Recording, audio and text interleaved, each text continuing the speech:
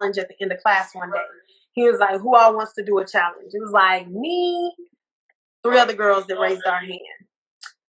I was the largest person out of everybody, of course. And he didn't give us what the challenge was. He just wanted to see who wanted to sign up, who was down to do it. Mm-hmm. So when he saw who was down to do it, he said, okay, so I want you to do burpees, 5 burpees, 5 jump squats. Keep rotating between that. So you just do 5 burpees, 5 jump squats, 5 burpees, 5 jump squats until the last person is standing. And I looked at them and I said, baby, y'all finna lose because I don't quit. The joy of children laughing around you. These are the makings of you. It is true, the makings of you.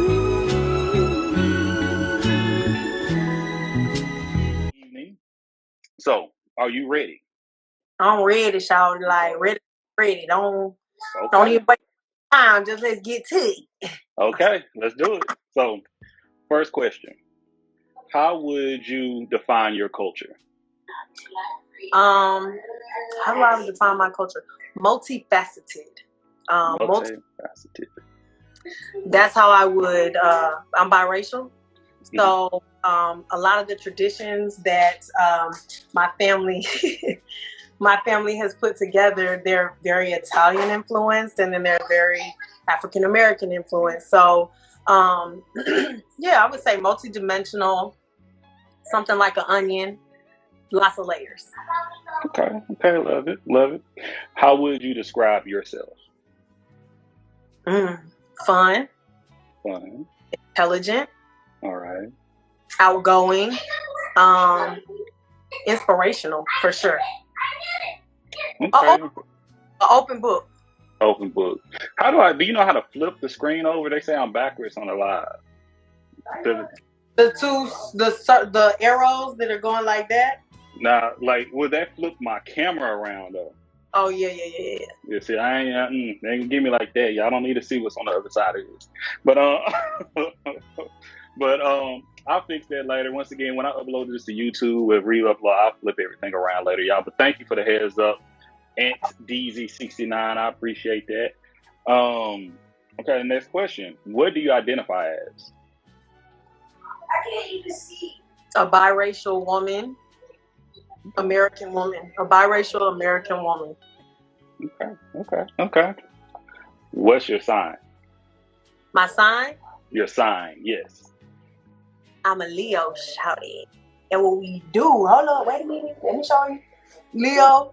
Oh, yes, I ain't got it tatted on me. I ain't got no tats, but I'm a representative for sure. I think we talked about this before. That's why I think we click and gel so well for now, you know. Yes. Those are good. We're really good. A lot good when you're stroking the ego, but we really don't do well when you challenge our opinion. That's where Leos get missed. It's like, because we're kind of aggressive with our opinions and our thoughts. Yeah. And then there are people who are not so aggressive with what they have to say. So we can either, it's like there's no in between with Leos. You either like it or you hate it. Like it's just, and it is. and it's true. And if you don't like it, that's your problem. Never our problem. Yeah, like I don't know what's wrong with you. I hope you get over it. But much love to you. But once again, I say I don't try to subscribe to the stuff, but man, when it comes down to the Leo, I'm like, man, I get that so hard when people will say that. Yeah. Oh, okay. I'm gonna get all this stuff together. All right. Somebody asked jail. Oh God, no. What'd you say? Somebody asked jail. No, I'm sorry, I'm not. No life, but no. Hey, we all love. It's all love. Hey, once again, no tats on me yet, but maybe one day. How would you define your childhood and your upbringing? My childhood and my upbringing? Mm-hmm. I would say structured. It was very peaceful. I grew up Mormon.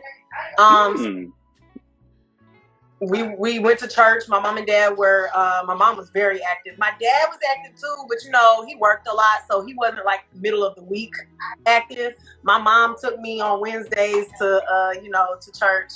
My mom also had me very active in like, I did tap, ballet. I was a majorette. She had me modeling, doing beauty pageants. So it was very structured. There was no time for me to really get into too much. And she didn't play about my grades. She really wasn't playing those games. My mom really wanted me, I think, especially my mom is 77 now. So when she had me, she was 40. And I think she knew what I would face, like challenges I would face growing up being a biracial child. Atlanta, period. Like if you try to talk to people, sometimes the conversation isn't as easy to understand as what we're having right now. Yeah. You know, it's not like this in Atlanta. It's not really like, it's real slow, like it's, or fast rather, but slow at the same time. and people will think that you're ignorant. Yeah. When you talk like that. And so my mom, we're called everything culture for a reason, because I am from the South. And once again, thing is how we talk, how we discuss, trust, believe. But we keep going. I'm listening. I'm keep going. So she just wanted me to be well-rounded. And I think that she accomplished that goal. But for her, shout out to Mom. Like a relationship with God. She knew that was going to be important for me. And I think the foundation that my parents laid for me was amazing. Wow. And I love how, you know, you're talking about the foundation your parents laid for you. What were the roles of your parents coming up? The roles of my parents? My dad was the worker. My dad had 2 full-time jobs.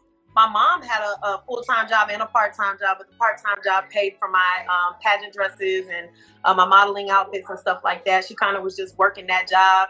It was called Mom and Me. So it was a little girl's dress boutique.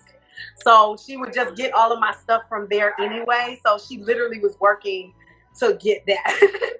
And but outside of that, my mom cooked like every day. Like it wasn't a day. Maybe she would get a Stouffer's lasagna because she didn't feel like making it from scratch. But we could make it from scratch. She's Italian all the way. My mom grew up in a Polish neighborhood, so she knows how to make Italian food, Polish food, German food. She grew up in Detroit, so very mixed up there in the area that she grew up in, but all from like Europe.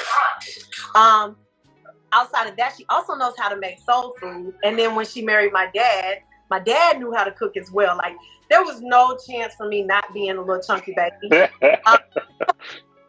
I started gaining weight at 10. So I would say the structure of the family was my dad worked and he provided. When he wasn't at work and he wasn't asleep, he was out in the yard doing yard work, cleaning up if he had to. He really didn't have to clean up because that was kind of me and my mom's thing. My dad has a daughter outside of me and my mom and our family unit and dynamic. She came to live with us when she was like 14. I was like 6. And so while she was there, of course, the chores were split between me and her, mainly her, because she was older. So that created like a crazy divide between me and my sister. She felt like I was pampered, and while she was there, I was. So they didn't feel like I was old enough to do anything, and she did.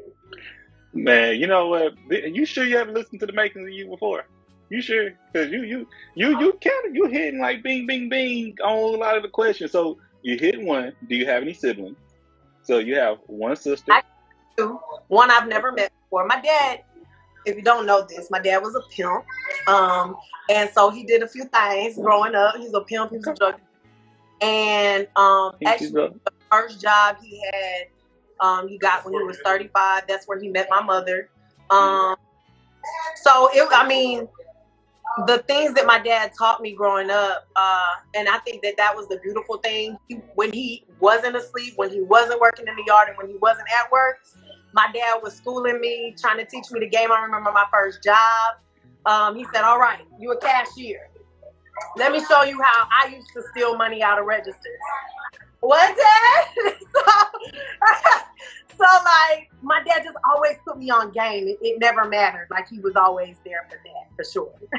Okay. Shout out to Pop. Hey, and I'm going to tell you more why we do this throughout. But once again, y'all, this is the makings of you. Actually, tonight it's the makings of Brandi. So thank y'all for joining us. Thank y'all for listening. Make sure to check her out. We got a few more questions to go. When I say a few, we got quite a few. But I'm loving this. I'm enjoying this. And she is like such a great fit into this. This is what we love. Where do you call home? Home is where the heart is. Home could be, my mom got mad at me one time because I moved out and I have my own place. And I was like, I'm going to go home. She said, this is your home. That's your apartment. I said, well, first of all, I pay bills at that apartment. My home. Okay, this is your home. So no, home is where the heart is because I travel a lot. And sometimes my home isn't even physically where I'm at. But as long as I can see it, touch it, talk to it, I'm home. I feel good. So that's my mindset on home. You could not even house. You know what I'm saying? Like, what if you start this place and you don't even have a place to call home? Right. And I've been in that position before, So yeah, I would have to go with the home is where the heart is. It's not a place. And I love that because once again, there's no wrong answers here. All these answers are correct because it's you. Yeah. You're making this. Well, perfect. You talked about when you were coming up, you had chores. You said your sister had the majority of them. But coming up, what were some chores that you had to do that you can reflect upon? Ooh, I was just telling my friends this tonight. Taking the trash out was a real struggle. My mom was like, you're not a princess, baby. You better get them hands dirty, and if they get dirty, go wash them. Don't take the trash out. Ain't nothing about you better than us. Okay. Trash out, and it felt like they made me do it anyway. Also, when you wash the dishes, and it kind of like, food gets stuck in the strainer, and you got to get it out so the water can go down. Yeah. Touching that. I was like, oh yeah, it's nasty. And my mom used to be like, girl, you put it in your stomach. You gotta use them hands, but you lose them hands. So I don't know. Like, cooking was definitely a thing. My mom always had me in the kitchen with her. She would hit me with a line, and I think this is a trash line, of course. But as an adult, but as a child, it meant something to me. Also, growing up Mormon, they kind of train their women to be moms and wives. Like, that was kind of the role that you assumed. And they knew all girls would go down this path. So a lot of the church events for the women, when we would congregate, they were all kind of built around being a wife or a mother. So my mom made sure I was in the kitchen, and she would hit me with. Yeah, I was gonna say it helps. Don't get wrong, it helps. It does. Now, it's one of my biggest flexes because I can make all different types of foods. You was just saying you was cooking a minute ago, though. Chef Boy RB. What you talking about? Okay. How were you disciplined growing up? How was I disciplined? Probably not enough. That's probably why I talk a lot now. I would get like in trouble. I remember I got suspended one time in kindergarten. I skipped school. My mama, she beat my ass. Sorry, okay. Remember I said there's going to be some follow-up questions to some of these things? You skipped school in kindergarten? I did, to go to the playground. What you talking about? I like to play. So what? In kindergarten? I would never even imagine. And I got kept in first grade because they felt like I wasn't mature enough. The thing about it is I never really matured. Like, even as an adult, I'm childish. So I didn't, but they tried to do it in kindergarten, and my mom was like, hell no, y'all trying to keep this black child back. That's what you're trying to do. Because in Georgia, Stone Mountain, like, I'm from where the KKK lay. So that's where you from? That's the area? Yeah. So, oh, shit. Okay. She wasn't slow to what they would try to do. That's why, again, I said my mom she stayed on into my education. Same time, pronunciate words. I said pronounce words and enunciating my words as well. So yeah, those were really big for her because of being from the South and the stigmas that they had on Black people here. Period. So she wasn't with it, and so when they said it again in first grade, and my teacher was Black, it was like, well, maybe we should pay attention to it. But it didn't matter. Like I to them, immaturity was me finishing my work and I was ready to play. Like it was playtime. When your work is finish your work first, though. Yeah, I finished my work first. I had great grades. It was literally my maturity level. They felt like I wasn't. I shouldn't move on to the next level because I was going to continue to disrupt the students. So, dang, did I answer the question? No, you answered the question perfectly. Oh, okay. Well, actually, you said you were disciplined. You said you weren't disciplined enough because of behavior. So how would you? I see your parents did a lot of verbal. So basically, what I'm understanding, I would assume it's a lot of verbal redirection. It was more verbal, and then it became hands-on. And then the moment I snatched the belt from my mama's hand, because my mama used to hit me with the go pick out the switch. If you don't pick one I don't like, I'll go get it, and you don't want me to go get it. Like that was, so I definitely had go get your own switch. My mama definitely spanked me with a belt. My mama definitely, I think, you know how people, they're like, my mama beat me with an extension cord. My mama got me with a hanger. So like, no, I got punished, but I probably should have more. Like I found myself in jail. And my dad, when they came and got me out of jail, my dad was laughing. He was like, "You my kid." Like, I don't know what to say. And my mom was just because she's so conservative. And my dad is like, cool. Like, it's just, I had money over niggas tattooed on my arm. I used to do dumb stuff as a kid. I had money over niggas tattooed on my arm. And when I came home, I was typing on the computer. And when my dad walked in, he was like, I gotta see it. Like, he busted in the room. He's like, I gotta see it. And he looked at it and he was like, that's my baby. My mama cried. She was like, what did I do wrong? I don't understand. And it was just like, it was growing up in two different worlds. Like, I don't know. Let me tell y'all something. Here on Everything Culture, I'm gonna sure have to get you a shirt. Because we ain't even halfway through the questions, and you have encompassed so many different varieties of lifestyles, personalities, spirits, and once again, these just from your parents. It was from your parents in church, and like, I love it. I love it because it kind of and it reflects in your personality. I would say that for sure. It absolutely reflects in your personality, from being strong-willed to also being understanding and. I think both your parents seem strong-willed about things, but whew, yes. And once again, shout out to the parents. Yeah, I know you made both of them proud, and you're still making them proud. But whew, yes, shout out to mom. Before I went to college, before I went to Clark Atlanta University, shout out CAU. Shout out to Clark. Before I got there, it was touch and go for sure. I felt like I was the biggest fuck up. Excuse my language. I felt like, they had lost hope in me. I just wasn't making good decisions, but I also had to realize I was angry. I didn't like myself, like physically. I felt like I was messing up, so I didn't like that. And my parents didn't have a problem pinpointing the things I was doing wrong and where I could have fixed them and done them right.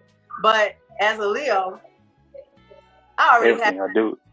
Yeah. And we're our biggest critics as well. So before you say what's wrong, I already know what's wrong. Once again, and shout out, I know this is backwards right here. Appreciate it, but we're going to work it out. We're going to work it out. And what's up, CJ? You got me laughing already. Hey, Rachel. What's going on, everybody in here? If I miss your name, I appreciate all the comments. Appreciate y'all swinging through and listening to us. Once again, this is the Makings of Brandi. So y'all continue to tune in with her, and she'll be back with us in the future. But we got more questions for y'all for Brandi right now. Okay. since you were talking, I think you may have said an impactful moment in your mother's life, but what has been an impactful moment in your life? Oh, I've been blessed because I think because I am a present person, and I pay attention. When things mean something, like they just mean something, and it could be little things. However, I would say the biggest moment for me has been extreme weight loss. Being on the show, Extreme Weight Loss, having lost 150. You was on the show? So I was on season 4, episode 7 of Extreme Weight Loss. I lost 151 pounds a year, really 11 months, them hoes. And I just really saw mentally what I was capable of doing, physically what I was capable of doing. Spiritually, I knew after, like, if I didn't know before, I knew God had my back through everything, you know? So I would say that's the most impactful thing, because it's what allowed me to really fully be an inspiration for other women. And mainly I'm most connected to the plus size community. And I really want people, I think inclusion is very important. Absolutely. And you know what I'm saying? They got it messed up. They think that just because you got a little weight on you, you can't move. You can't keep up. You can't do what they do. And I love being the opposite of everything you expect from a plus size woman. So that allowed me to carry on what it was that I started even at Clark Atlanta University. That was a big thing for me. Because I didn't see that growing up. I would say the best full circle moment for me was becoming Monique's makeup artist, because she was the first plus size woman that I saw. That's what I'm saying. I have a lot. God has blessed me. I have so many monumental moments and opportunities that I've experienced in my whole entire life, and I'm only 37. So it's hard to pick any one thing. But I would say that was a full circle moment for me, because she was that first plus size woman that I saw that was fly. She was talking her stuff. She didn't care. Hey, Mr. Ogilvy, Professor Ogilvy. And she was going for what she wanted. And I was like, I like that kind of girl. And she was that for my generation. Absolutely. So when I got the opportunity to work with her, there were moments where I would just be sitting in the green room or the dressing room or her house, and I'm just like, I'm here. Just struck. My life. God, you love me, you know? So, yeah. I love that. To have that vision from starting out and look where you're at now, that's a beautiful thing right there. And like I knew you did makeup, okay? I knew you went through a weight loss journey, but I did not know you were on TV. So I gotta go find this episode on YouTube. As well as I did not know you was doing makeup for celebrities and people, and not only celebrities, but you're doing for people that. Oh, I'm getting ahead of myself. I'm bringing it back. But okay. If you had a theme song, what would it be? Oh my gosh. If I had a theme song, what would it be? Girls, they wanna have fun. Oh, girls, they just wanna have. That's Cyndi Lauper. Girls. Yeah, Cyndi Lauper. Yeah. Okay. A lot of pressure on women to be a certain type of way, to talk a certain type of way, to walk a certain type of way, act a certain type of way, dress a certain type of way. There's a lot of pressure on women. And there's so many women, we just want to have fun. If we want to twerk in the middle of the street, we're just having fun. That doesn't mean come up, grab us on the booty. That doesn't mean we're not educated or we have no class. We just want to have fun. Stop stereotyping us and putting these labels on us and treating women who do certain things like that a certain type of way.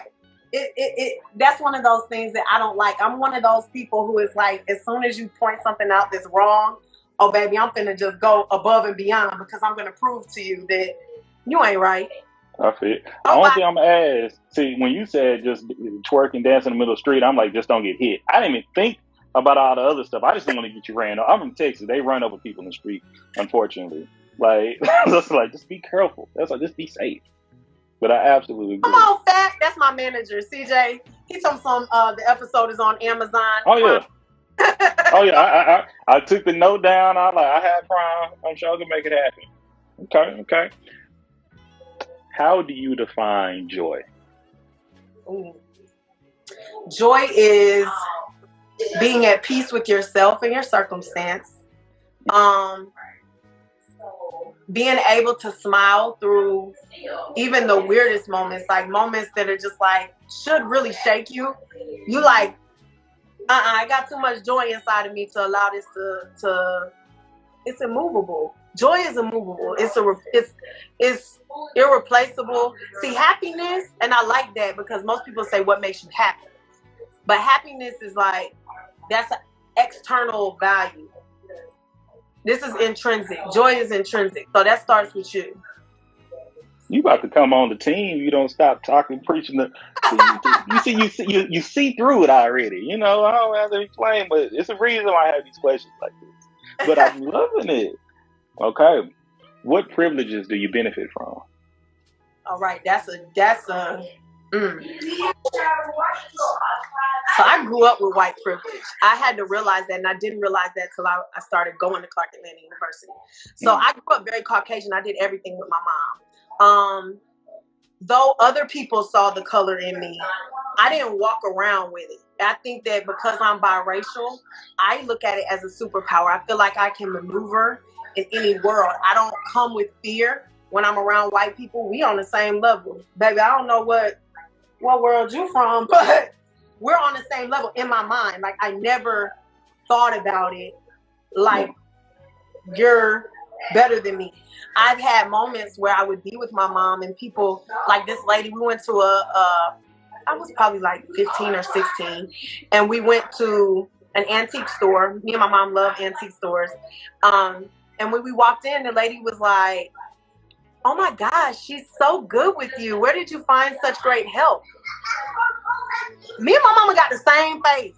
She's just a little lighter than I am. She's not even like pale white. She's olive complected because, again, she's Italian. She's Sicilian. So she got the olive tone to her. We have the same face, like literally the same face. My mom said, "That's my daughter." And she said, "But still, she's so good. How did you do that?" And it was like, saw a good Black person for the first time in her life. And that was the first moment where it put in my face. And I didn't know what to do, but I immediately started, it's a thing that happens inside of me, and I don't know how to be quiet. And it started stirring up with me. And what age was this again? I was 15. 15. At 15, I knew respect your elders. That's what my mom would say to me. And I knew if I said anything to this lady out of pocket, it would have went left between me and my mom. Mm-hmm. However, as I got older, a whole bunch of I don't give a fuck came in.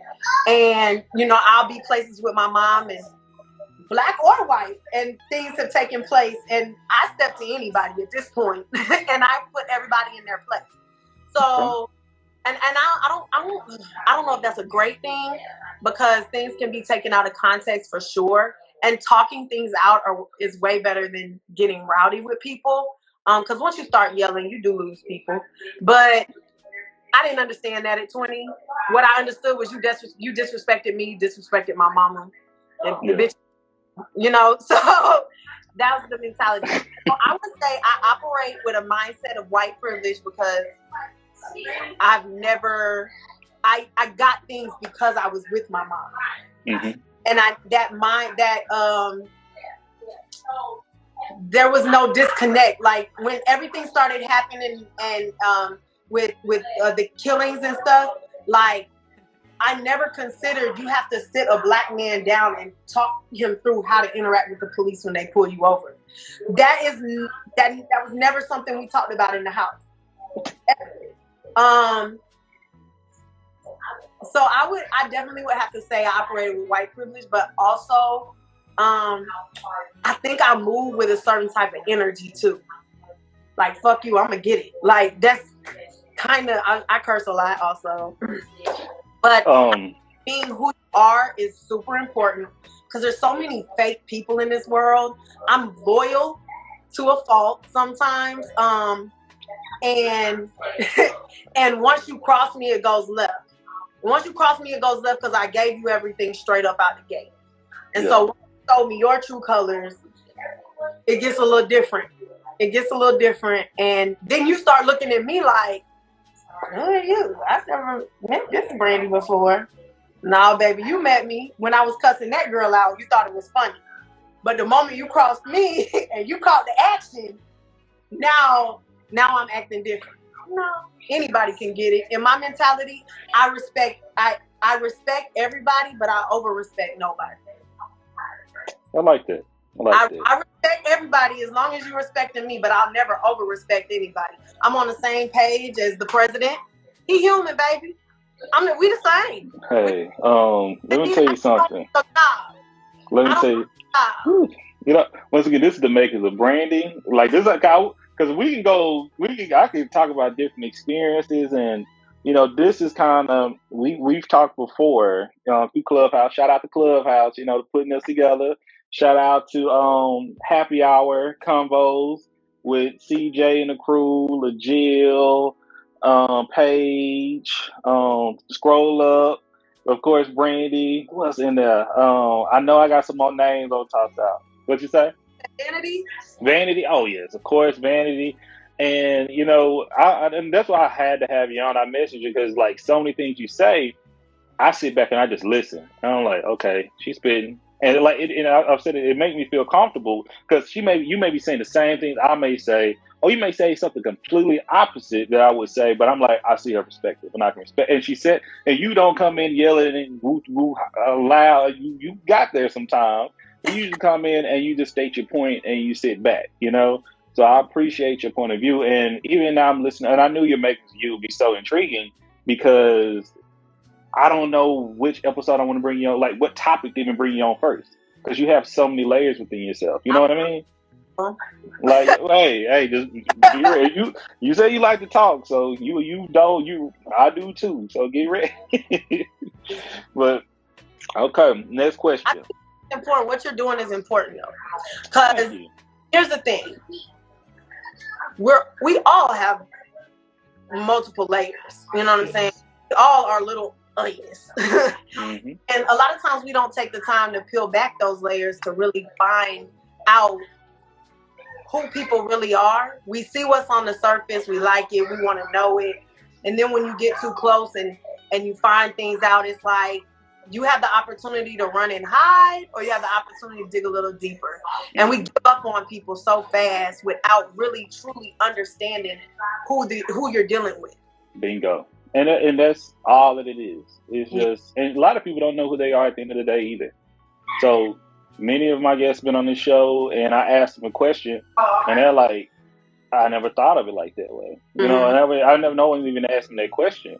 And I'm like, you know, I ain't even gonna get, it's okay. It's all love if you listen to whoever you all may be. I've had numerous guests, and shout out to all of them. But some people are married and like, nobody ever asked me this question before. And I'm like, then how, if you don't know, how does your spouse know who you are? And I think that's so intriguing because I'm like, I used to try to tell people, these are some questions you should ask on like maybe a first, second, third date. You know, if you really want to get to know someone, it's like questions no more. I know. I don't talk about relationships on here because people will go do what they want to do anyway. Maybe one day. But really, we gonna get back to you though. We gonna get back to you. And this question is: if you could live in a bubble without prejudice and without any problems dealing with race or anything like that, would you do so? I'd have to say probably not, and I'm gonna go with this. God put me on this earth to fight for other people. And I have a story for a reason. And so if it was Peachy King, I don't think I would be the same person. If there was nothing to fight, I'm a fighter. Like I have a mantra that I say, and in my mantra it says, I'm strong. So y'all gonna get louder with me? I need 5 seconds or down 5 notches. Thank you. What was I saying? You have a mantra that you say because you say you're a fighter. Yes, I have a mantra that I say, and in it, the last part of the line is I'm strong, I'm a fighter, I'm imperfectly perfect in every way. Like that, in a nutshell, definitely who I am. I'm a very strong individual, strong-minded. Physically, I'm strong. I'm a fighter. I believe in fighting. I probably talk too much again because I fight for myself and I fight for other people. Especially if we like this, dog, I go to war for you. Remember the whole episode, I mean, in the clubhouse with CJ and the best friend situation and everybody, I wish Brandi was in here, cause. Hey, once again, like, I've never met CJ before. I haven't met him physically a day in my life. But I knew, like you wasn't there, but I knew exactly where everything was going. I was like, CJ, leave that alone. Leave it alone, CJ. I know where it's going. I know this. Like, don't ask me how I know, but I know. And before anybody, I don't even know you like that. But I know, like, knowing y'all relation, you can see it's pretty, and to me, it's transparent. But it's like, yeah, this would have went sideways. And, you know, but things cool. You know, things work out. You know, that's why I wasn't on there, because I would have cut her off 25. But that's why we're here. You know, that's... Wait a minute. Because trust me, I got homegirls and sisters that are the same way, and I know how they operate. So I look at y'all have that type of relationship too, which is absolutely beautiful. That's all I continue to push and support it. Oh, and I know y'all have so many crazy stories that we ain't gonna get into today. We ain't gonna get into them today, but we like, I have to break that book open. Okay. Okay. What are you responsible for? I'm responsible for myself. I'm responsible for my business. Right now, I'm responsible for my mom and my daddy because they are older and a little bit more, I don't want to call them needy, but I mean, they're older. They're sick, and I'm their only child together. And I'm the one that lives here in the city. Like, my sister lives in Athens. Like I said, my oldest sister, whom I never met, oh God, I almost said something so disrespectful. I was gonna say irrelevant, but more so like I don't know her. We don't have a relationship, so it's not something I think about. It's something I know about. But sometimes I will sit there and be like, I really want to find her. I want to know her, but it's not anything that I really put any effort into. So I would say I'm responsible for myself, but because I'm connected to so many things, I'm a member of Delta Sigma Theta Sorority Incorporated, so I'm responsible for that. I'm a graduate of an HBCU, so I'm responsible to get that message out as well. The importance of attending one if you're African American. I think that the things that you're connected to, the things that make you who you are, you're responsible for them, because whatever you do will affect those people. Man, she's spitting. We need to pass the plate. It is Sunday. Do we need to pass the plate? Oh my God! I'm highly enjoying this. I don't want y'all to be biased without my guests, but I'm highly enjoying it. Once again, are you okay on time? You all right? They're just rude. You see what I'm saying? No, it's fine. I know. It's okay. It's cool. That was a moment. You see what I'm saying? But hey, you communicated. Once again, I don't know if I mentioned earlier, but the pillars of everything culture is respect, communication, and consistency. Those three things that we base it off of. And once again, I'm trying to stop cursing. I think I'm doing good on this episode. If you go back and listen to previous episodes, you would understand. Okay, but trust me. So when you doing how you doing, I'm like, I trust me. I would like to enjoy it. Like I'm not drinking as well, but it's not the makings of me. Let me get off me. It's about you. It's about you. It's about you. It's the makings of Brandi. Okay, it's about you. So this is gonna be a layered question. So if you could be any animal, what would you be? Other than human, other than being, but if you could be any animal on Earth, what would you be? I would have to be honest and say unicorn. And I know it's not a real animal, so I don't know if I can give you that answer. No, it's fine. It's fine. I'm like a unicorn. No. Hey, I'm I like a unicorn. Okay. my friends have told me in the past when people ask me that, like, don't say that because unicorns are like, that's a sexual thing. And I'm like, yeah, I was about to say, did you know what you think of a unicorn? But listen, we can keep it still there with the unicorn because I'm a little sexually fluid. Like, it is what it is. It's the makings of me. I dated women for 10 years. So my 20s was spent dating women where most women are learning men in those years. And then at 30, I decided, well, I never really tried. And so now, and still I find myself learning how to communicate with men and understanding like what that dynamic even looks like. Because I also believe in keeping it real with yourself. I was only dating women because my daddy told me that men use big women. Remember, you said that before. Oh, see, I didn't go down that whole rabbit hole, but not right now. And I'm looking at CJ. I see, once again, I'm looking at CJ right there. I'm like, in the comments. Hey, Okay. Thank you, Rachel. Rachel's part of the Johnson crew. They always be getting on me as much as I curse, and I'll be like, every time I say I'm gonna stop cursing, and then next thing I know, it just flows out so eloquently, like it just comes out. I'm surprised you haven't, because listen. I cuss like Taylor. That's not okay. But my mama named me Brandi after the song Sailor Said Brandi, you're a fine girl, what a good wife you would be. But my love and my lady is the sea. I don't know why she named me after. What version are you singing though? You singing a very soulful version, I will tell you that. And that's the black in me, and I never really heard the song other than the way she sang it, and it was horrible when she sang it. I have it on my playlist. That's how, like, my name is supposed to be Brandi, but once again, it's not about me. It's about you. It's about you. And we love the tones. We love the spirit. Okay.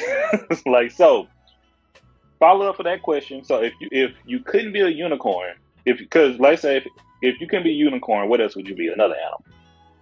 Ooh, an elephant. An elephant. I'm heavy, baby. I take up space. I don't look back. Like elephants. Well, let me not say that. I do. I almost lied to you. I look back. There are moments where I'll be like, bitch, we could have handled that a little better. And especially if I have a close relationship with you and that ends, that's hard for me. Outside of that, I don't look back. Like outside of that, we're giving our best. We put our best foot forward every time, anytime. So I don't look back once I've made a decision.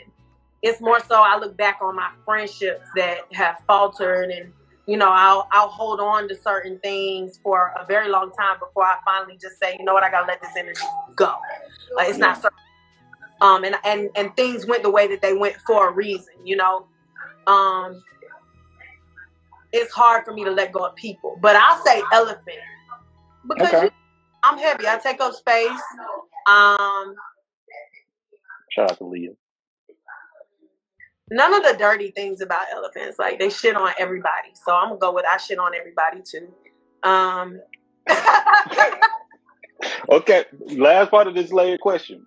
If you couldn't be an elephant and you couldn't be a unicorn, what would be your third? What would you be then, animal wise?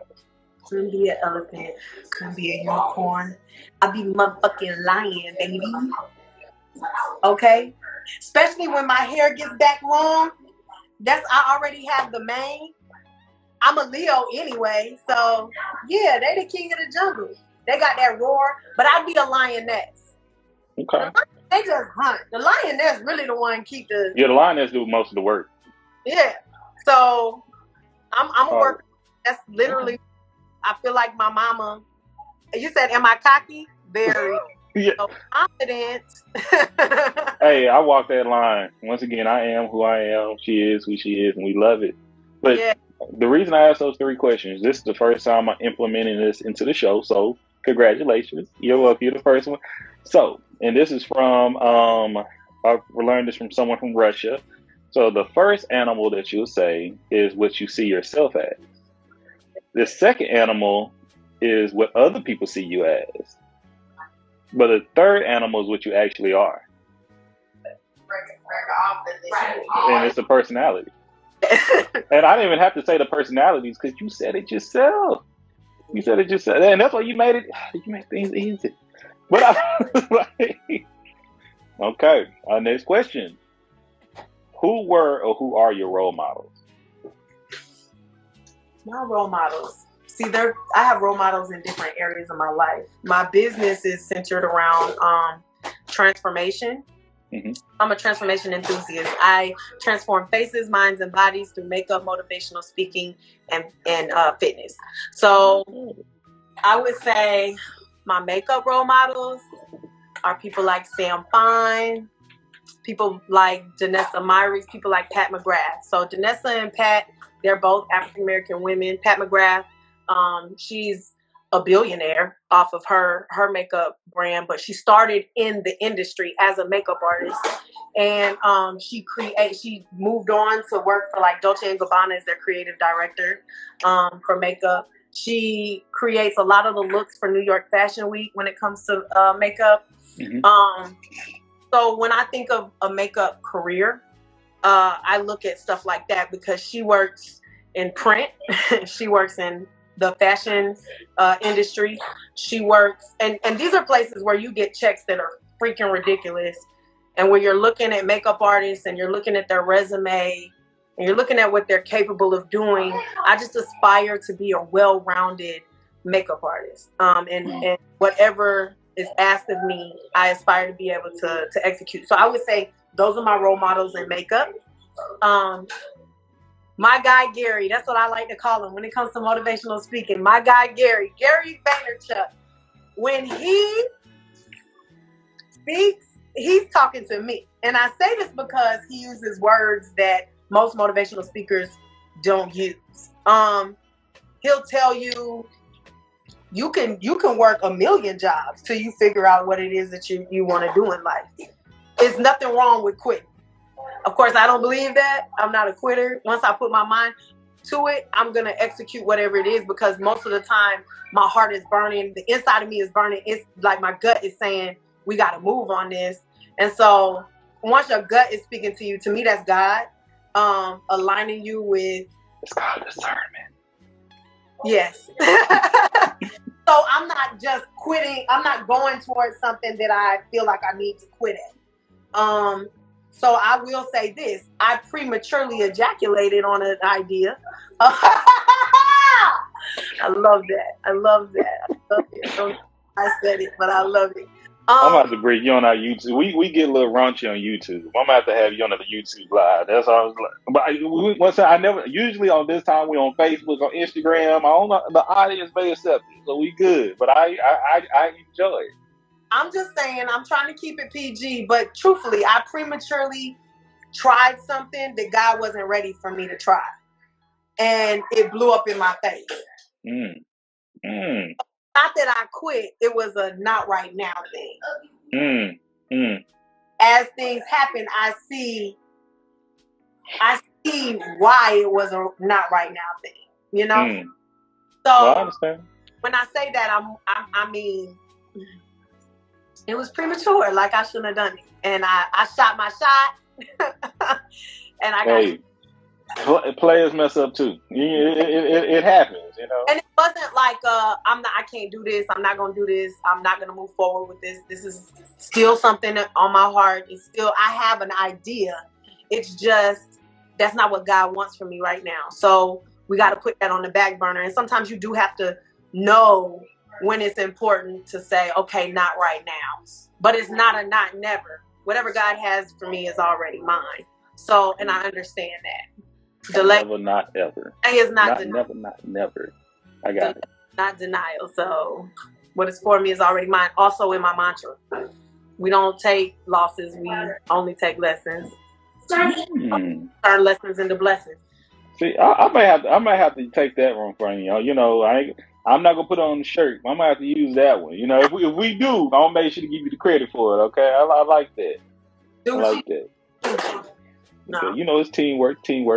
Okay, we got you, Mo, once again. The last one, fitness.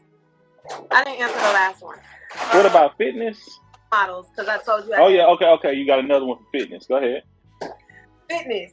When it comes to the structure of fitness, it's more so like Chris Powell, Heidi Powell. Those are people who are very influential in my weight loss journey. So I pay attention to a lot of the stuff that and advice that they give on social media still to this day. And my trainer Dwight, who trains me in Dance Your Pounds Off. So I do dance fitness. I love to dance. It's one of the things that has kept me connected. I peeped. I see you out there. So I really admire him in the work that he does. And then my trainer, Bam, like we have a lot of mentally stimulating conversations because, and I think it's important to find people who align with your beliefs, and the mindset is like the biggest thing when it comes to loss. It is a journey if you struggle with weight like I do. It's not going to be something you get your weight off and you like, oh, I'm done. No, it's a journey for me. It's a roller coaster for me.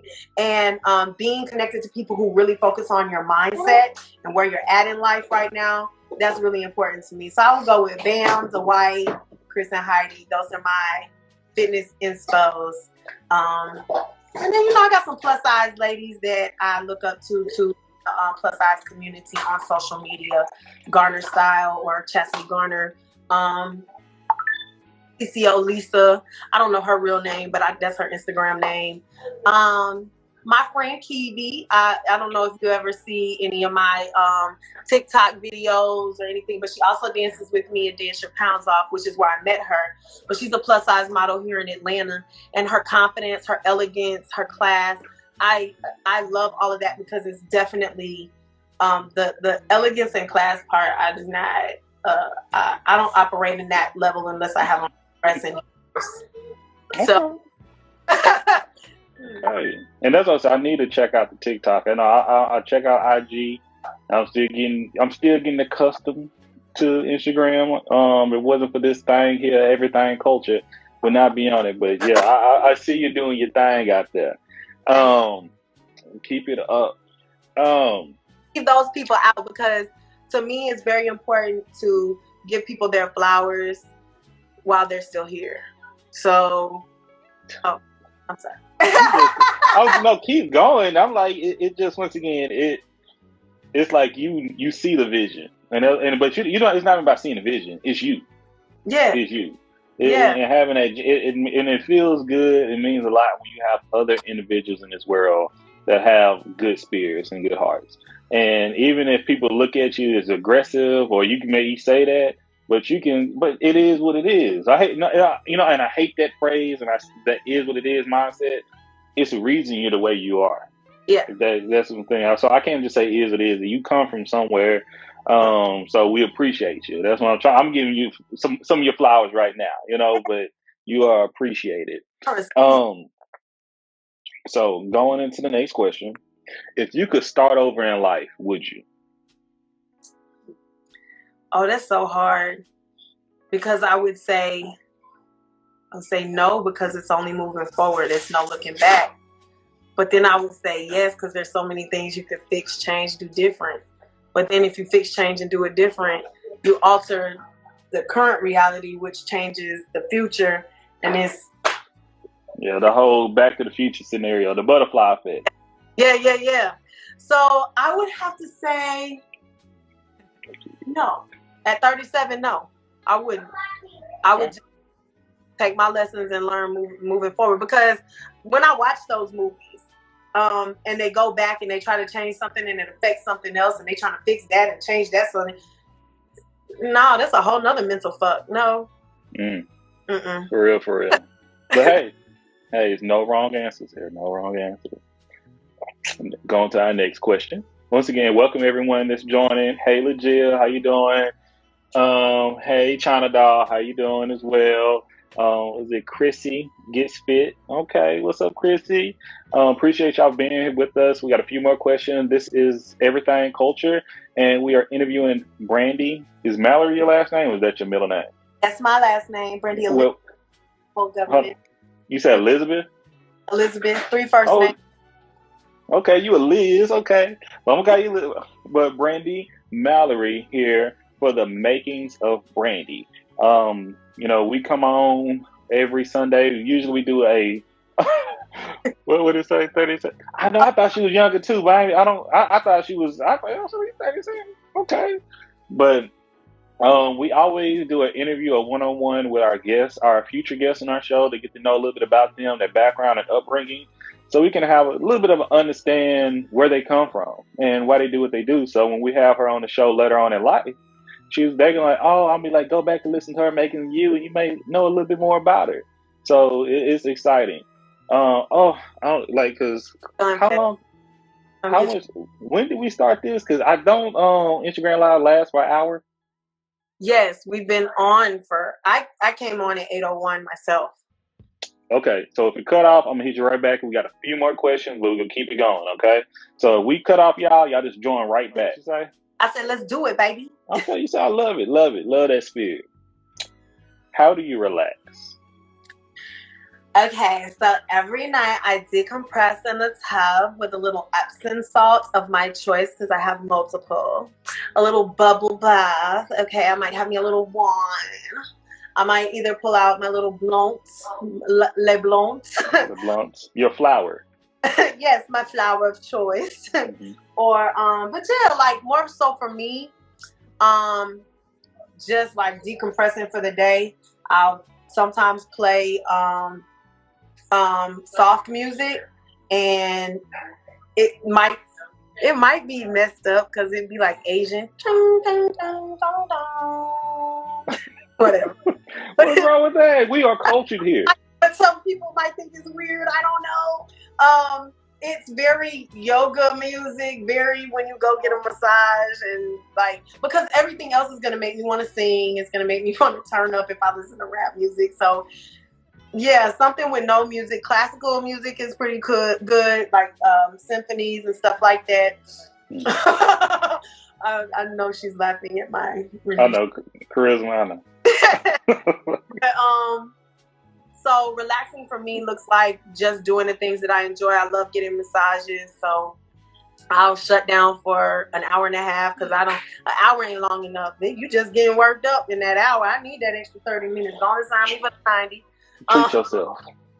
Yes, treat myself, because I do work a lot. And I work my body out a lot. And one thing I noticed when I wasn't doing it, my body was responding like, okay, sweetheart, I know that you think you are superhuman. You are not. You are still human. And things started shutting down on me. So I had to start paying attention to that, honoring that. Let me see. Oh, I have, I don't even know how I didn't say this first. So I'm actually launching my first product to the mainstream world March 1st. It's called Enchanté. Enchanté. Yes, it means nice in French. And I believe that that's what the product feels like when it hits your skin. It's like, oh, your skin breathes it in. It's like, oh, nice to meet you. What's your name? So, but it has aromatherapy benefits. And so I'll pull that out, spray it, give me a little calming sensation, a little zen mode. Hold on, can you do that again? Can you do that again? Like the what? Okay. Okay, that's what we're doing. So, yeah, I would say those are the things that I do to decompress or to relax, to check out. And I do that daily because it's easy to get caught up, especially when you're an entrepreneur, a hustler. You're doing anything to make $1, like, so that you can continue to live the life that you have created for yourself, especially after quarantine. Like, that shifted everything. And I knew then that I needed something way more, like, that I could do with if things like that shut down again. Like, a lot of people was just shopping. If I had a product at that point, I had nothing else to do. I could have been ticketed, tacking, pop, locking, trying to get people to, you know what I'm saying, buy my products. But I didn't have anything out there for that. So it made me tap in and dig a little deeper. I had been making a product for 3 years for my clients. When I would do makeup, I would sell it to my clients. But I never thought about really taking it and putting it out there. And people was like, girl, you crazy. You got too many people. I'm assuming that's CJ, right? He's so fat. This man just in my ear. Like, what's the guy? Hey, I know y'all eating and grubbing and chilling over there. So I'm enjoying it. Okay. But I got more questions for you. No, I'm here. Me and you, we locked in. We good. I'm with that. I love that. Okay. At what age? Oh, no, when was our age right here? Let's say, just say, when did you realize you were different?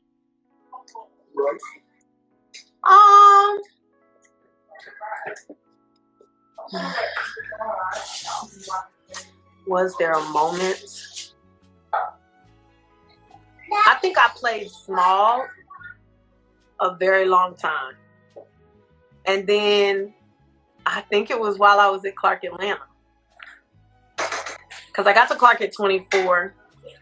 And I told you I was angry. I was angry a lot because I was overweight. Nobody was really helping me. I didn't know what to do. So, like, I really didn't see how dope I was. But when I got to Clark and I didn't know anybody, because in high school, like, people didn't pick on me in high school. Nobody was like, oh, Brandi, you're so fat. But stuff like, we had 3 Brandis at our school. There was white Brandi, black Brandi, and fat Brandi. That's not mixed Brandi. We going with colors. You know what I'm saying? I'm fat Brandi. Okay, that's what we doing. You know what I'm saying? It was the descriptive people chose most. And because my parents made it a big deal, so when you said the animal thing, and I said elephant, and I said because I'm heavy and I take up space, and you said that's how other people see me.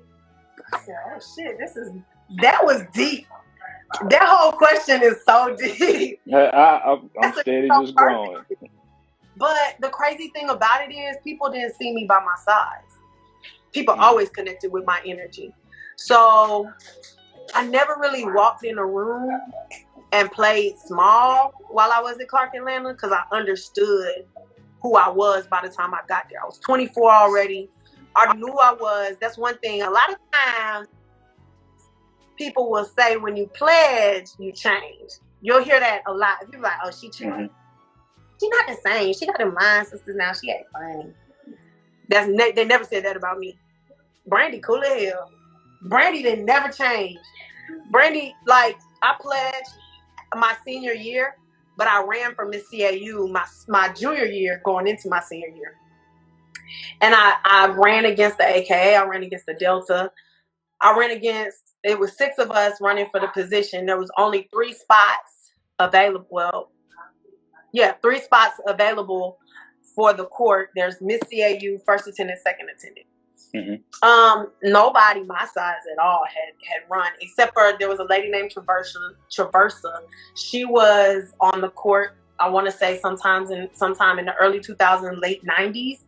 And she was a big girl, but not my size big. Like, I was busting 350 at Clark. You know, I was a big girl. Mm-hmm. And I knew that it was burning inside of me to represent the plus size community, to stand on that stage and have people see a me and know that should start with you.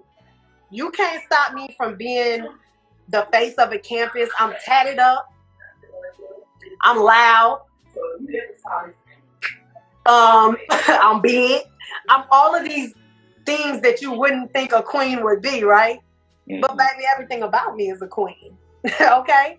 So I thought that it was so important to, like, be that. So I would say Clark Atlanta is that's when I realized, like, the capacity of the power that I possess. I love that. I'm going to throw something in. I think we need to go and look back and see what queens actually look like as well in history. But we will come back to that. We'll come back to that, though. We'll come back to that. But that representation means so much. Okay. I got this actually from, I've been using this for a little bit. If you could call on 3 people, and that would be for advice, or just just to hear their voice, what those 3 people be? Who those 3 people be? My father. It's hard when you say hear their voice because my mama, like I talk to her every day, sometimes 3-4 times a day. So, and I don't necessarily talk to my dad every day. He might be in the background when I'm talking to my mama, at least at some point, you know, during the day. But a direct conversation, if I'm looking for advice, I'm definitely going to him because he's a straight shooter and he's not going to sugarcoat it. He's going to give it to me like what they say here in Atlanta, like it T.I. is. And I appreciate that because that's who I am. I'm that way for a reason. I was raised by him. So I understand that. I don't understand somebody who beats around the bush, don't want to hurt my feelings. You can't hurt me. I might need to hear certain things. It may hurt to hear it. But the truth does hurt sometimes. And you can't get better if you're not willing to hear what somebody has to say about you if it's a negative, negative thing. That don't mean you got to. I have a concept that I like, take the meat, leave the bones. Take the meat of what people are saying, but leave the bullshit behind. You ain't got to take everything everybody's saying. But some of the stuff they saying ain't necessarily wrong. You might need to take that one. I was a fat boy growing up, too. I used to gnaw on that bone from time to time. Can I bunch my parents in one phone call? Sure. We'll do that. Okay. We'll do that for you. We'll do that. So for 3 people I would call for advice, my parents, Dwight Holt Jr., and Clement James Washington III. Clement James Washington. But that's CJ. That's I was called like CJ. Okay, I'm putting that together. I thought maybe he was gonna run up and bust me in my head or something. Like my government though. This whole man's government got Bob Doe's internet. Well, okay. Yeah. And that's all I was just thinking. Once again, I used to chew on the bone. Take the meat, leave the bone, 100%. I used to chew on the bone. That's the type of fat boy I was. But hey, like the marrow. Yeah, man, you gotta get it. They say that's what a flavor is. I'm telling you, man, if you gotta be thorough with some things. But this is a question kind of going to, you done dropped so many on us during this conversation. What is a quote that you live by? And who is it from? Ooh, child.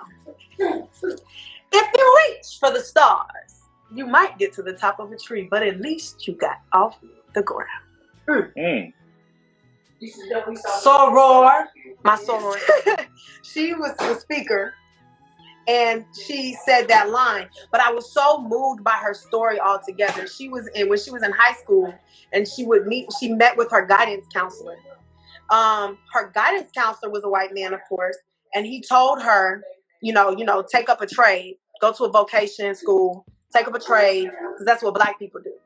She wanted to go to school to get her degree in physics. Was it Carolyn Parker? Mm-mm. That's also that name don't look familiar. But go ahead, I'm listening. First Black woman to get her degree in physics. Because she's really actually important, a lot important. Was she in the film? Was she depicted in the film? Oh my gosh, with Taraji P. Henson? No. The women announcer? No. It wasn't Anna Power. Y'all help me out in chat. Oh my gosh, I'm gonna have to figure this out and get this date for you. Can somebody send it to me, please? We'll get it. I'll bring it to you. She just want to be on camera. Okay, so I'm gonna find this. I'm gonna find this. But she was speaking and she was telling her story about how she when she was in school, her guidance counselor was telling her guidance counselor was trying to find out what she wanted to do when she graduated, and she was saying, I want to go to MIT and get my bachelor's in this and my master's in that. And he was like, okay, well Black people get trades and they go to vocation school and they don't do physics. And he was like, so I want you to come up with a new plan, basically. And she left there and she went to, I want to say MIT. Y'all, don't do Was it Rebecca Kompler? Hey, KK, how you doing? We finna find this right now. Yeah, I love the resiliency. Make it happen. Because I see it, but it's somebody else that's used it. And it was reach for the top of the tree, you may get to the first branch. But reach for the stars, you'll get to the top of the tree. If you reach for the, you might only get to the top of a tree, but at least you got off the ground. You got to move. Another one that I love, action conquers fear. That's another one that I live by as well. This is the makings of Brandi.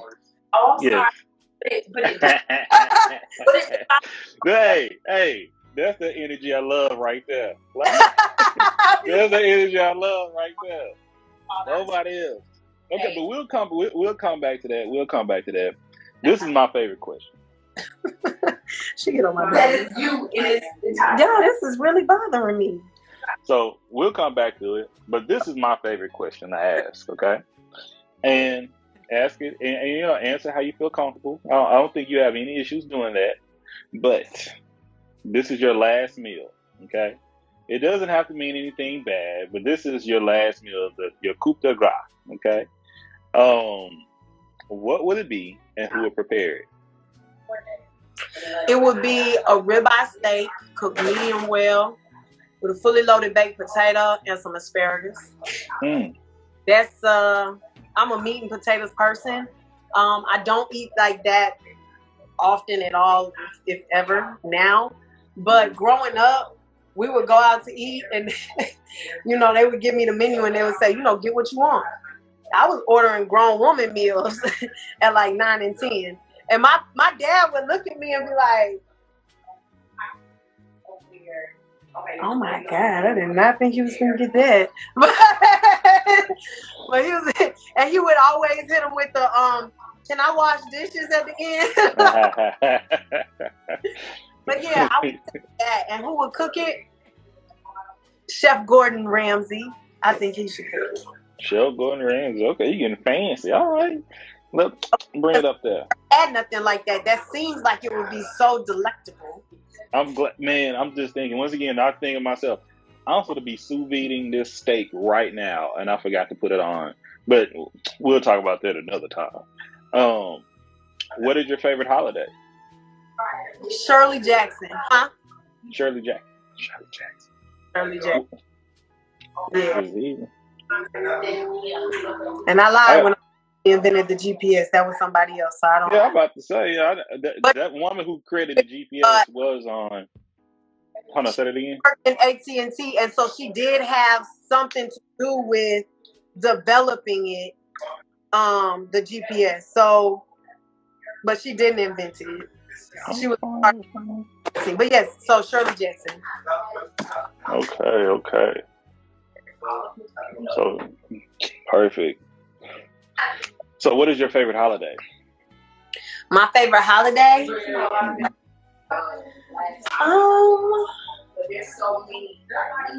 Gosh, I don't want to say Christmas, but I feel like that's so cliche. Favorite holiday? But it's your favorite holiday, though. I know. I would only say that because it's the opportunity to give. You know what I'm saying? Like Christmas is that energy. You want to give love. You want to give gifts. You want to just give food to people. You just give everything during Christmas. I guess I don't know. That's so hard because Halloween is a good one. As a makeup artist, it challenges my creativity. It allows me to just be whoever I want to be on that day. I'm gonna go with Halloween. Okay, go with Halloween. Yeah. What's it called? The fall solstice. Halloween is one of the favorite holidays I like to cover for everything culture because when you really look into it, people look at it as such a negative thing sometimes. It's really got a lot of history in it. It's just people made it into something negative. So I'm gonna make sure I share it every year, try to push it.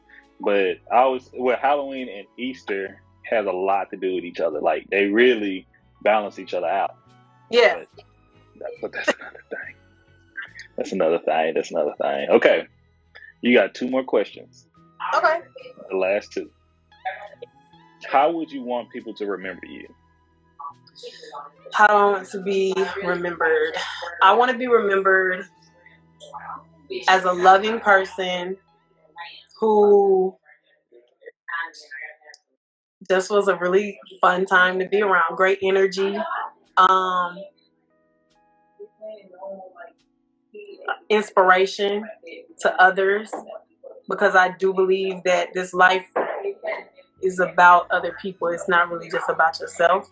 And so I really want, if anything, for people to understand how much I love other people, and being able to be something to somebody else, even when I don't even know I'm doing it.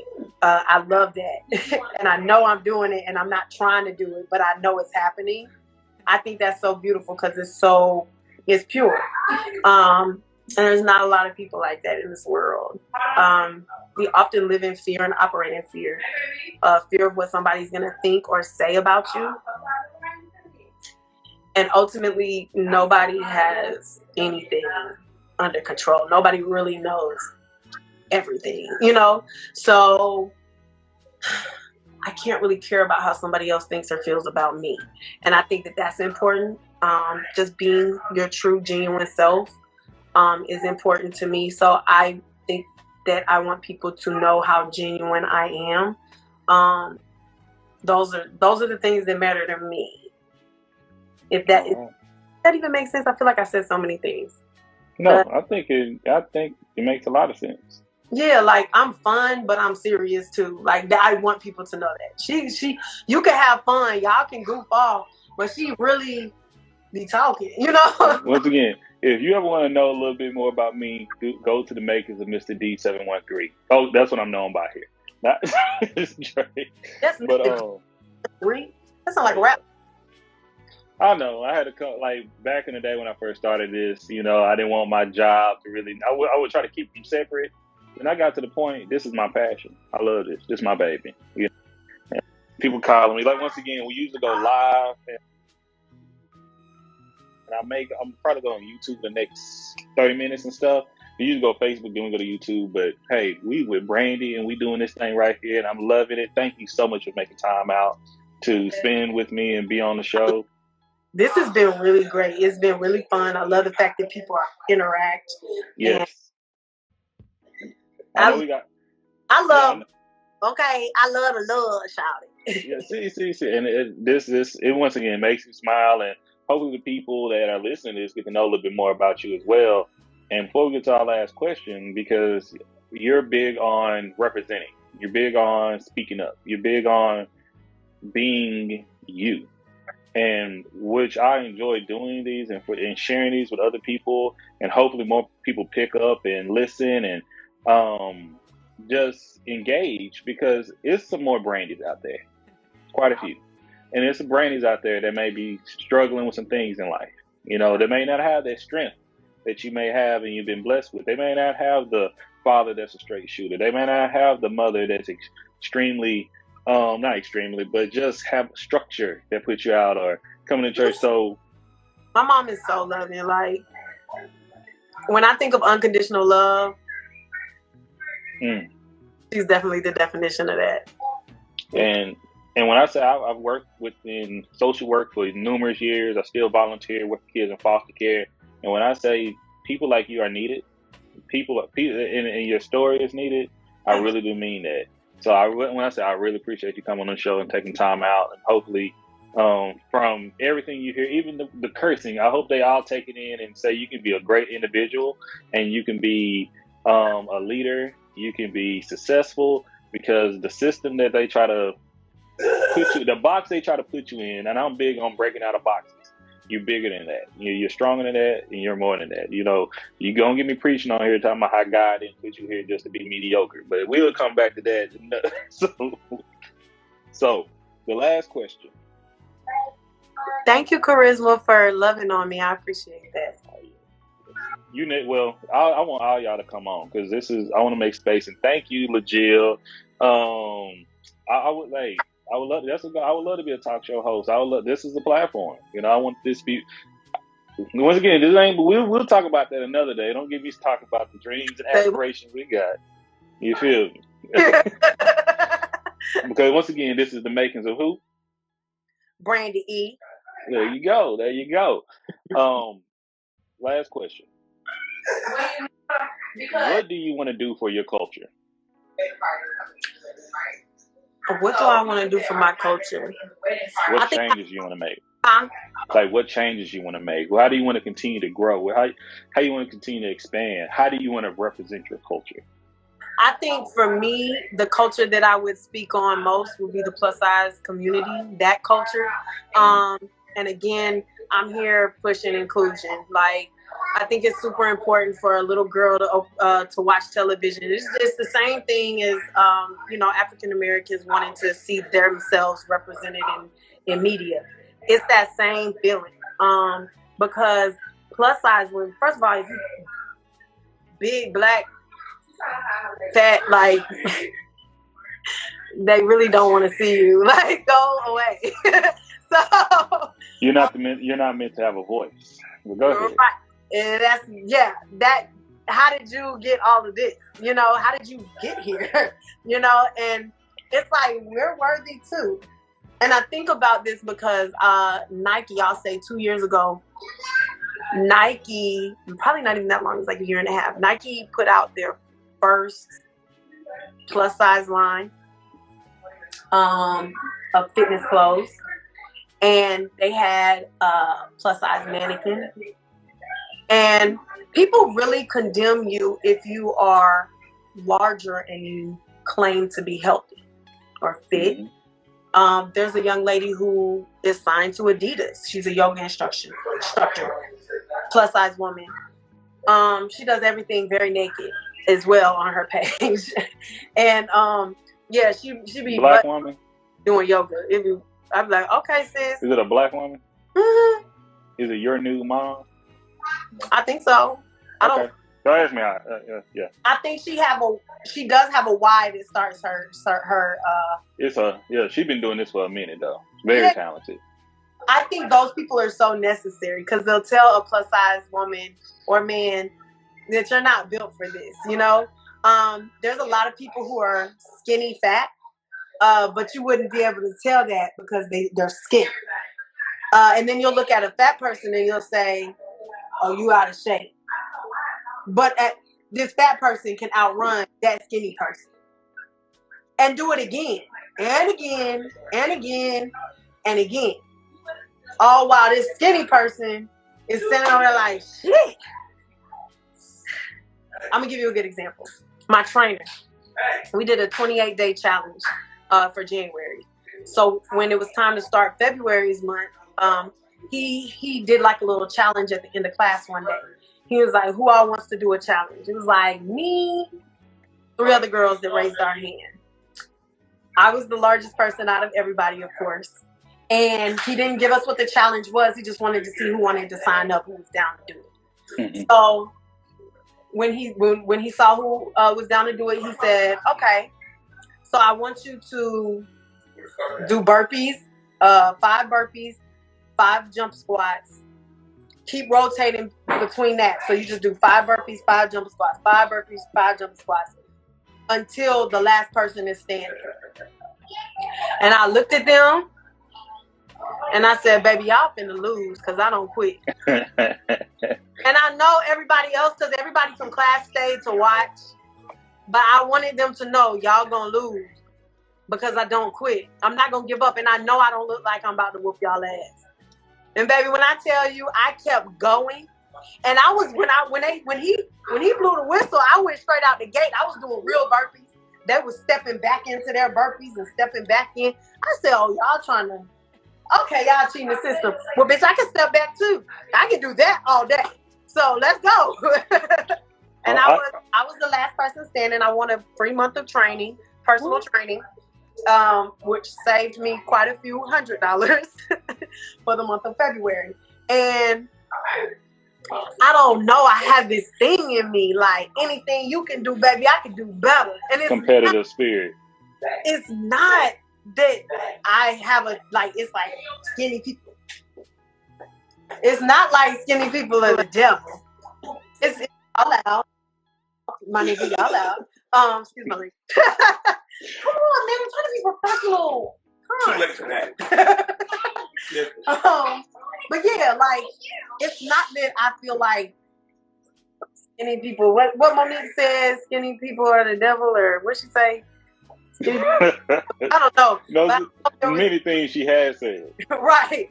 I don't feel that way. I feel like I see women of all shapes and sizes, and I'm like, go sis, you know, or you're beautiful, or like, I don't necessarily hate, but I'm part of this plus size community, and I got a goal. You know, I got a mission, and my mission is to make sure that the world understands size is not the goal, it's health. You look the part and not be the part all day long. You part and not look the part all day long. Because when I tell you, see, that's how you make it hard for me. Because I have on my handy dandy notebook. I had to go back when I had to write my stuff down. Now, shout out to Lee. I see you in there with Take a Space Pod. Writing things is so therapeutic. But you don't understand the struggle for me to do this. Like, and once again, I appreciate LaJill and everyone else's support, from really TT to Leah to anybody being here, from Charisma, just taking the time out and being part of this conversation. It means a lot to me. I got my people calling me and texting me like, hey, where's the live at? I'm like, hey, I'm doing something right now. I put it on like the Facebook, and I thought I put it on, but we you know, but at the same time, it's the organization that I know I struggle with. But all in all, it's good hearing from people that's out here going and doing, setting their goals, representing their culture, because that's what we here for. That's the sole purpose, is to educate people and to let people tell their stories. If they don't have a platform for it, if you have a platform for it, would you like to share this with it? Share your platform with ours. All these things mean a lot to me. Because once, like earlier when we joke, when you talk about fighting, I'm like, oh, it's good to see somebody else that still believes in fighting, because I think that's part of nature. Because I say this is like one of the quotes from the show. I said, man, I'm a mediator. I'm all for us to try to come together, bring us to one, have an understanding. Let me see your point of view. Let's get there. But I still reserve the right to whoop your ass if it comes down to that. You know, like if we have to go there, we will go there. But I'm gonna try every peaceful way to go by it. But it's so. Some things are so disrespectful. It can be disrespect. It's just straight. It could be disrespect, or it could just be. It goes in. It could be disrespect, or we just not. How to put it? I don't believe in. I don't subscribe to shame.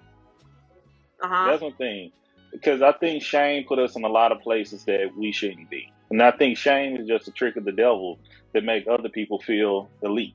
You know, I don't think you need to put other people down to get to a certain point. But that's me. Okay. But this once again is you.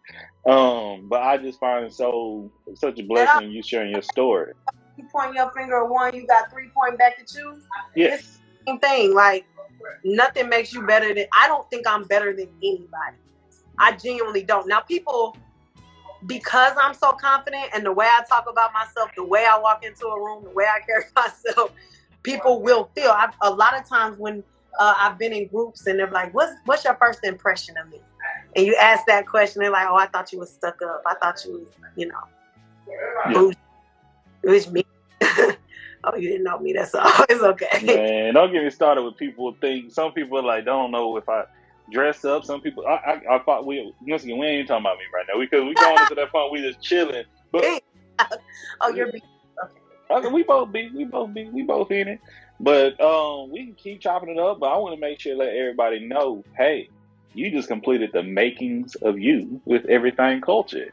So Brandi, Elizabeth, Mallory, I want to thank you again. Like that's what I'm trying to think. What topic should I have you on? She okay. Charisma's on 2 hours of the day. Perfect. And like say, if Charisma or Vanity or anybody want to come, because I know Vanity, she's in the beauty, and we've had one show talk about beauty, but I'm like, should we go on to the history of art, beauty, the culture of makeup? or should we do from your body? The one I got for you is like when we talked about what you mix with, to being biracial or fair skin and the whole the stigmas and all those things going forward, and transitioning through life and learning different things. So there's so many things I don't know. Trust me, I'm writing it down, and I'm like, okay, who I want to have on the show. So you like boom, boom, boom, boom. So like once again, I appreciate it. Once again, y'all, if y'all want to follow Everything Culture, you can check us out here on Instagram. You can follow us on YouTube. You can go to our website at www.everythingculture.com. Anywhere you can listen to a podcast, we're Everything with an A. I know this may be backwards, but it's, I know I'll flip it around for y'all later. But we got merchandise out. If you want to make a pre-order, holler at me. And we got a new design come out for each season as well. But we appreciate all the support. We appreciate the conversation. Like, if y'all don't know Brandi, y'all need to take the time out and learn her. Okay. Yes. So once again, I love it. I feel like I'm standing in the sun right now. Man, hey, glow, shine on, sister. That's all I'm trying to say. And once again, we got to, share, get to know. Like, once again, we all here, we all in this together.